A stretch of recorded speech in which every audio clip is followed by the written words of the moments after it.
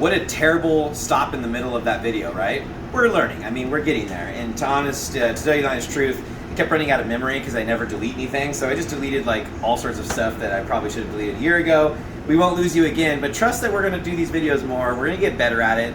Part of this whole process of being a chef and being a great husband, you know, if I am that, is the humble part, right? Like, you know when you mess up, and we're learning to do this. So work with us. Let us know the stuff in the comments, like, you know, hey, your jokes are funny, or they're terrible jokes, don't talk about those, you know, or anything like that. Anyways, we were talking about how great Max and Grünhauser Riesling is in the Mosel Valley, blah, blah, blah, it's all great. Now we're on to this beautiful rosé. I love rosé.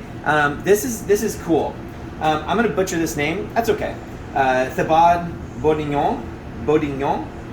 This is rosé of de Loire, so a rosé from Loire. They're in Saviniers, that's where the bottling happens. I didn't know much about this producer, but I had heard through kind of like the backgrounds that he was hard to get, that the wines were spectacular, and he's kind of like this, you know, kind of mysterious, incredible wine guy. I had an opportunity to taste from Sacred Thirst Wines. Wow, fell in love with his winemaking style. I'm so hooked. I love Loire Valley wines. I think they're very underrepresented on our own list, so we're going to do our part to try to bring it to fruition. But nonetheless, get the beautiful rosé with the carrot course. Oh, it's just so good. And the walnut and the carrot really go well. So now we're moving on. I'm going to go ahead and kick up this pan a little bit, right? It's been rendering, it's getting a little bit thinner, and now we're going to give it the last little punch of color, press it down again. This is where we're really going to kind of finish it off. So we'll turn it up a little bit, not too much. At the same time, this mise en place is so beautiful and easy. I'm going to show you this before we put it in there. We can talk about it on the plate.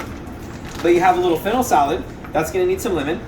You have some beautiful braised green cabbage that's sweated down with some green garlic, one of our favorite things of the year. And then you have this almost like doll-like experience happening right here. It's delicious. These are black lentils. And once again, I had to use lentils so often in the Old Testament, brought up as the legumes, the thing that they were allowed to eat, so they do eat a lot of them. And I just was inspired by India lately, and I looked into some of their flavors, and I just love the idea of dal, where you puree half the batch of beautiful lentils, creamy, silky, delicious, and then you add in the perfectly cooked lentils on top of that puree. Then you end up with this really beautiful textural combat, you know, that happens in your mouth when you eat it. I'm excited for it, obviously, you guys can tell. I'm gonna go ahead and put my beans in a little tiny pot. If you don't have a pot so cute and so tiny, you know, just use a pan or something. And look, just a little, boop, that's it.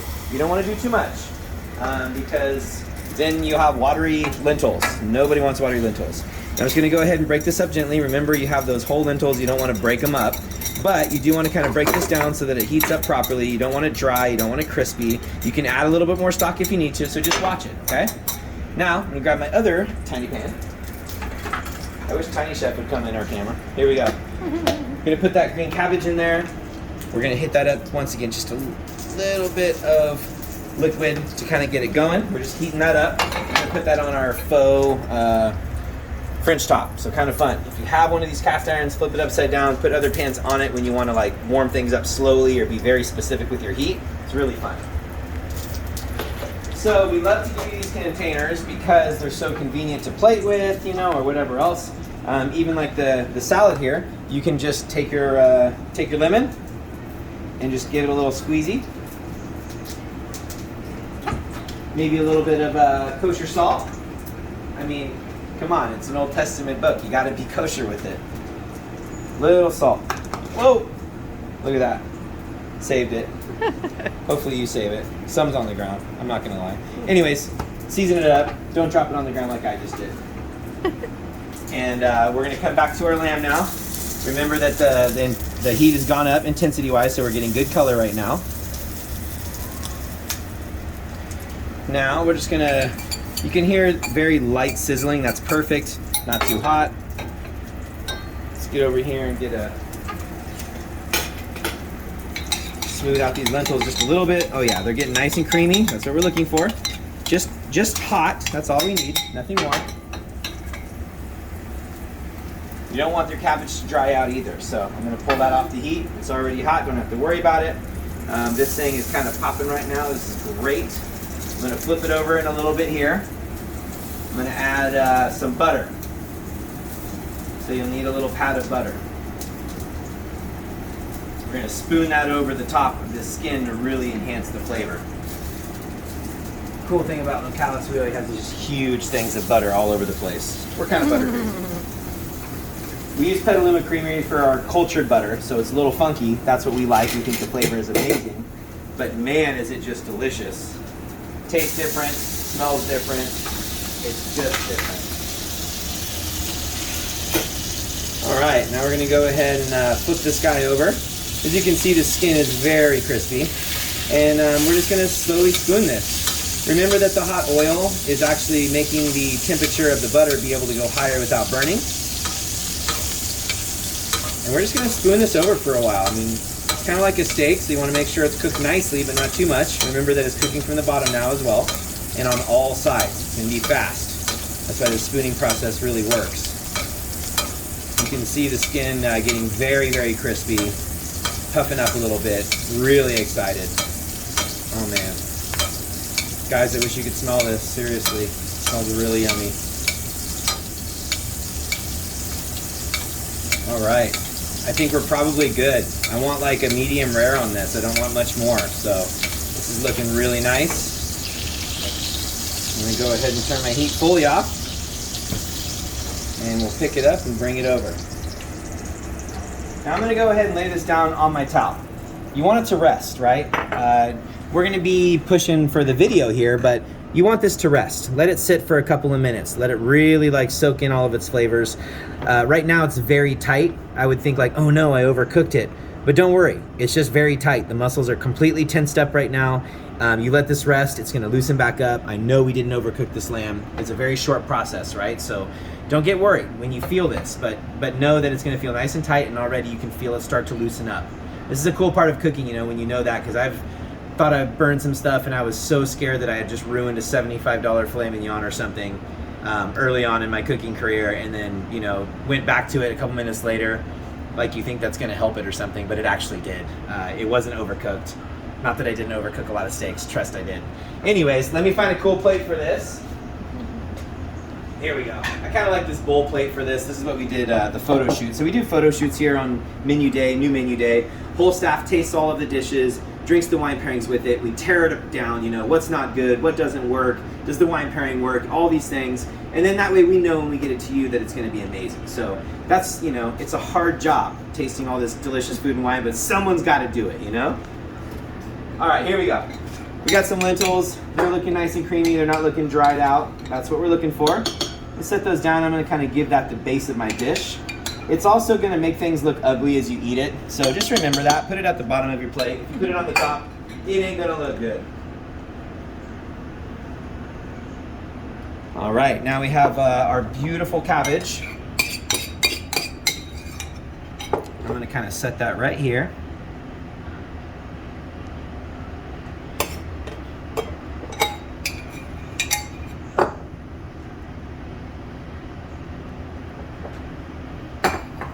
All right, now I'm going to go ahead and place our salad kind of right here. Maybe I'll even go around a little bit. That's what I did on the picture. I really like the way the picture turned out. So get it around there. Remember, that's lightly seasoned already, so you get that nice flavor and acidity and crunch that goes along with the salad.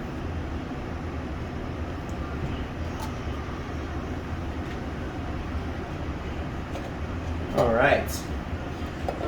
Now we're ready to cut this lamb. I'm feeling it. Feels pretty good.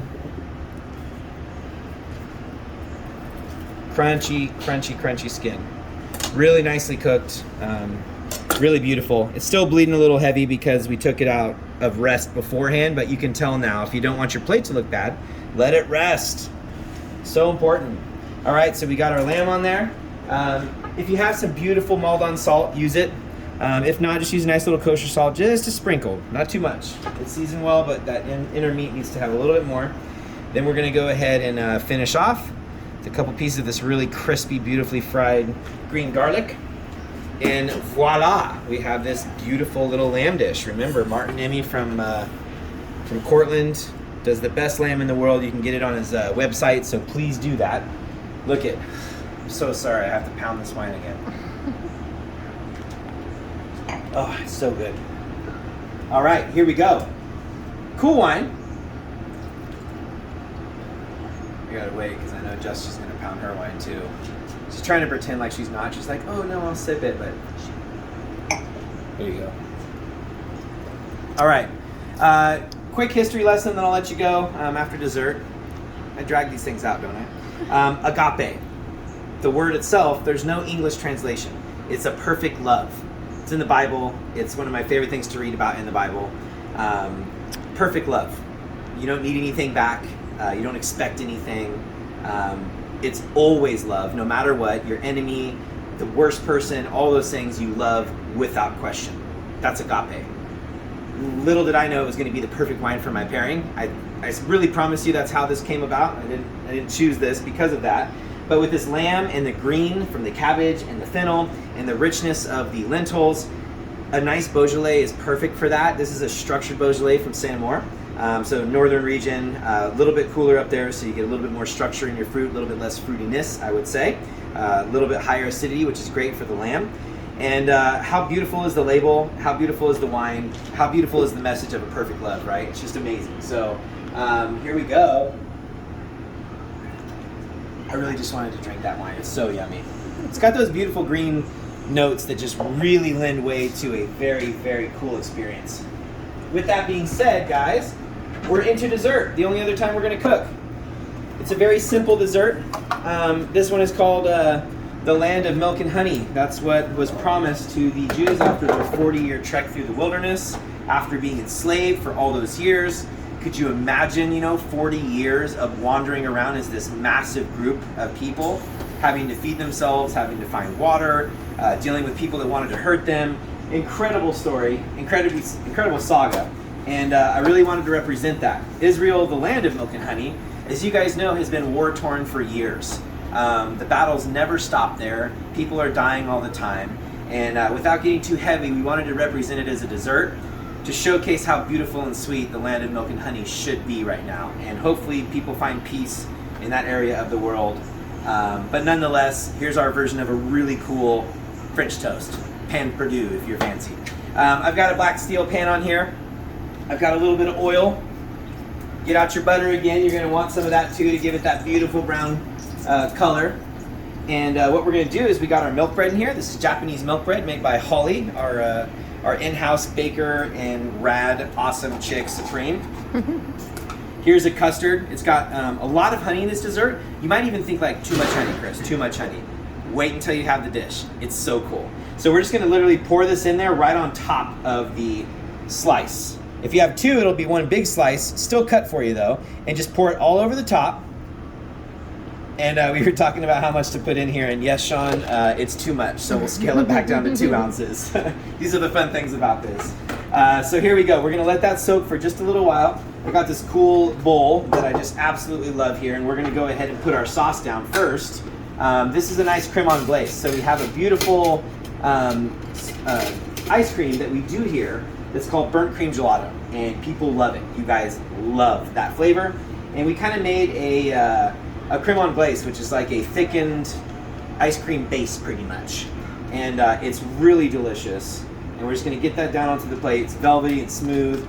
And don't hold back on anything. If we give you too much sauce, eat it. I'm putting it off center. Keep that in mind. It's just kind of fun. I should taste this, right? I mean, what if it's not very good? No, it's good. We're good. So you got a little batter left. You also have some powdered sugar that has milk solids in it. We tried to use powdered milk. It was so terrible. It stuck to our teeth terribly. We tried to figure it out a couple of different ways. It didn't work. So we abandoned the idea of the milk powder. But I thought that was kind of clever, right? Milk and honey. There's plenty of milk in the dish, but nonetheless. I'm going to go grab something off camera. Jessica is going to probably hone in on something, maybe the dishes, or I don't know, whatever she wants to do.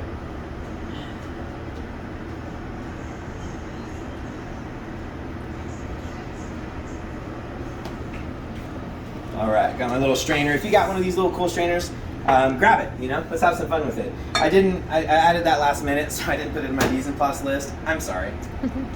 You can pause this though, so you're good. I'm actually recording this, you know, most of the time live until I cut that terrible cut that was last. Never mind. Okay, I am looking for, perfect. So now we've got real saturated. It's nice and moist. This is gonna be a little difficult to handle because it's gonna be very soft. That's okay, that's what we want. So we're gonna take this out, lay it in our pan. Notice that it's not going crazy. That's the perfect temperature that we're looking for. Those eggs are gonna get this beautiful crust on them. Really excited about the temperature. Now we'll go ahead and put it back on. Black steel is kind of innately nonstick, so it's a cross between like stainless steel pan and a cast iron pan. So they're really cool. Very underutilized in home kitchens. I hope that you end up getting one and playing with it because they're really great. Yeah, Jessica's just gonna stay on that because that's sexy.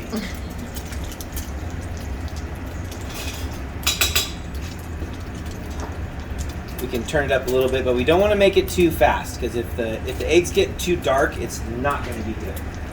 But what I am going to do is flip this thing. The reveal. Oh, yay! So you know when you're doing these kind of things, you never know. You could flip that thing over and it looks terrible, but yay, this one looks great. So now, once again, with the butter, this is more about the flavor than it is anything else. You just want that buttery, beautiful layer all through this thing. And we'll even do a little baste on it, you know, a little baste action. Yum, yum. Whoa, it's sliding. Whoa, all right. Here we go. Yum, yum, yum. Okay, so that napkin that you put your meat on, not funny. Fold it the other way so that there's no meat on it anymore. Remember, the meat's cooked, so you're not too worried about it. And we are just gonna take this out right now, but we want it to drain. If you don't give two craps about how it looks, and trust me, you won't hurt my feelings. I mean, don't take a picture of it and post it on Instagram if you don't care about what it looks like, but eat it any way you want, right? If you just wanna throw this thing right then and there, put it on there with extra butter, sauce, and craziness, you do your thing. This is your meal. We're just trying to show you how we would do it at the restaurant. So here we go. I'm letting it drain for just a second. I don't want to add any extra oil. And now I'm going to go ahead and set this down right over my creme anglaise. Perfection. Clean up my plate. Now we're going to take our powdered sugar, and I like to go right across the middle. This is aesthetics. You don't have to put this on either, but it's kind of fun. Have fun with your food at plating at home, you know? Get dressed up with your significant other. And enjoy a great dinner, you know? Enjoy each other's company. Enjoy some family time. Whatever it is that you're looking for, get it. It's important. Be right back with the ice cream.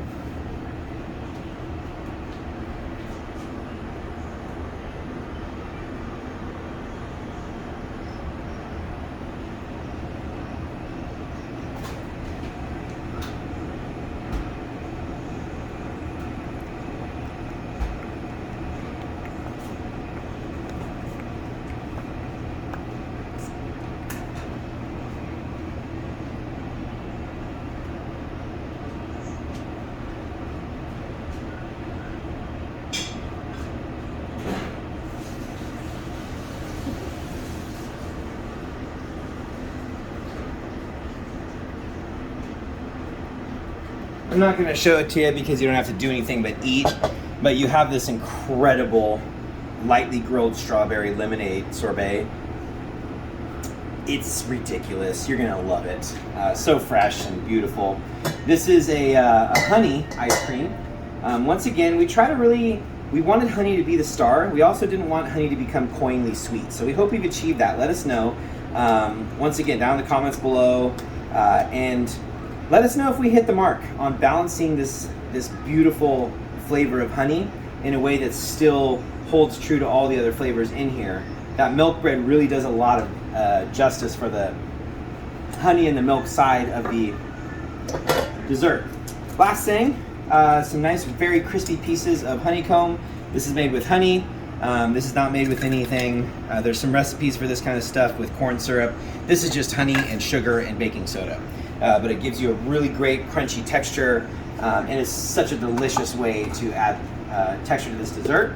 The landed milk and honey, I like the line in between. I do that in the restaurant for plating, for that kind of divide that's there right now. And then just to show, if you just grab some of this side and grab some of that side, you'll have the perfect bite. And that's what we should be looking for in life. Let me pound some wine real quick. Psalms will call it blasphemy. I'm just going to pour a little bit of this mead, which is a honey wine.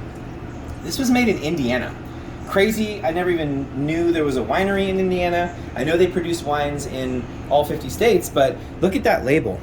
Isn't it just gorgeous? New World Camelot Mead. I think I wrote Old World Camelot Mead because I thought so what it was on the menu, so leave that in the comments. Ha ha ha, you're silly and got it wrong. That's fine. But it's fun, it's delicious, it's slightly sweet, and when you eat it with this dessert, I'm gonna go ahead and sample this dessert because, you know, it's dessert. I'm a fat kid. What can I say? I love the play. We had this earlier today and it was just really, really yummy. But I want to do this with the wine because I want it fresh in my head. Here we go.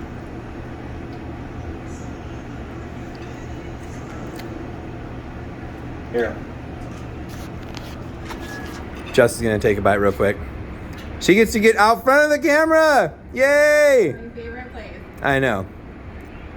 Oh man. Telling you what. Woo! It's really good, guys. It's really good. If it wasn't good, I'd be like, this is not that good. I would tell you that, but this is really good. And then you drink this wine. Once again, like in a completely different way than the bitter greens and the Riesling, where that drops the sweetness out and kind of lets the other tones speak. This loses the honey flavors that it had and gets this incredibly different florality to it that's really fun. And when you drink and eat this together, you'll notice that this is so honey forward. There's so much honey in here, even though it's very well balanced, right, Jessica? Yeah, it's not too sweet. That's the big thing, right? Cloyingly sweet is not good to anybody. This had to be played out perfectly. I think we've achieved that. You guys, please celebrate each other and love and compassion for every person on this earth this Easter. For those that are religious, like I bless you in all that you want to do with your life on Easter. And thank you so much for keeping us afloat for a year. It's been an incredible experience. Last Easter was terrorizing for my wife and I, and our kids, and just the people that knew us and our staff that was here at the time. It's just been such a hard year, but such a beautiful year to learn and appreciate each other. And I just hope that we can connect over food, and I hope we can be part of it. We love you guys so much, and have a great night.